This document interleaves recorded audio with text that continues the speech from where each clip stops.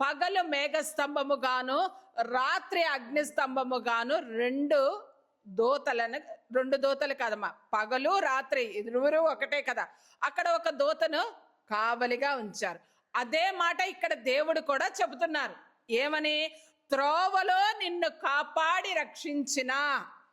అనగా ఎక్కడ చనిపోవాలంట ఇశ్రాయేలీయుల జనాంగము?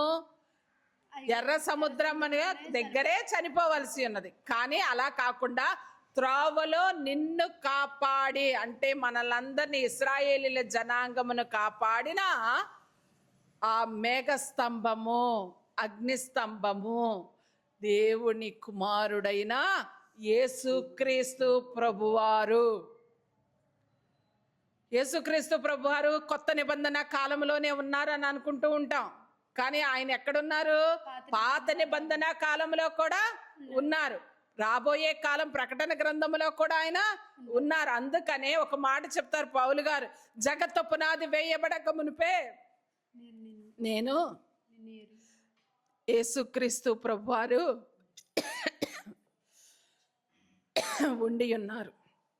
కాబట్టి అటువంటి జగత్తు పునాది వేయబడక మునిపే ఉన్న యేసుక్రీస్తు ప్రభువారిని మనము జ్ఞాపకమునకు తెచ్చుకోవాలి అని ఇక్కడ దేవుడిస్తున్న సాక్ష్యము.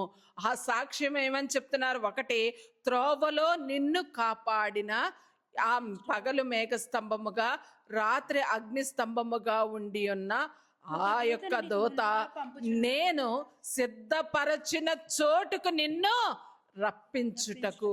దేవుడు సిద్ధపరిచిన చోటికి ఇశ్రాయేలీయుల జనాంగాన్ని, ఇప్పుడు 40 లక్షల మందిని ఏమయ్యారు? ఇశ్రాయేల్ జనాంగం 40 లక్షల మంది ఉంది. దాంట్లో 6 లక్షల మంది యుద్ధ వీరులు అనమాట. కాల్బము అని మనము చదువుతూ ఉంటాం.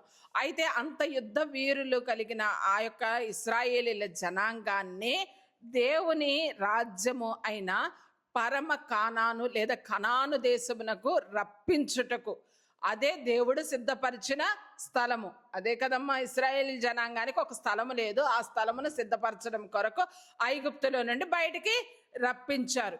ఇక్కడ దేవుడు చెబుతున్న మాట ఏంటంట? త్రోవలో నిన్ను కాపాడడానికి ఒక దూత ఉన్నారు. ఆయనే ఏం చేస్తారంట? నేను సిద్ధపరిచిన చోటికి నిన్ను నడిపిస్తారు, లేదా రప్పిస్తారు, లేదా మనకు తోడుగా ఉండి నడిపిస్తారు అని అర్థము. అయితే అలా నడిపించడం కొరకు నీకు ముందుగా, ఎవరికి ముందుగా? నీకు ముందుగా ఒక దూతను పంపుచున్నాను అని అన్నారు. ఎవరినంట? ఒక దూత.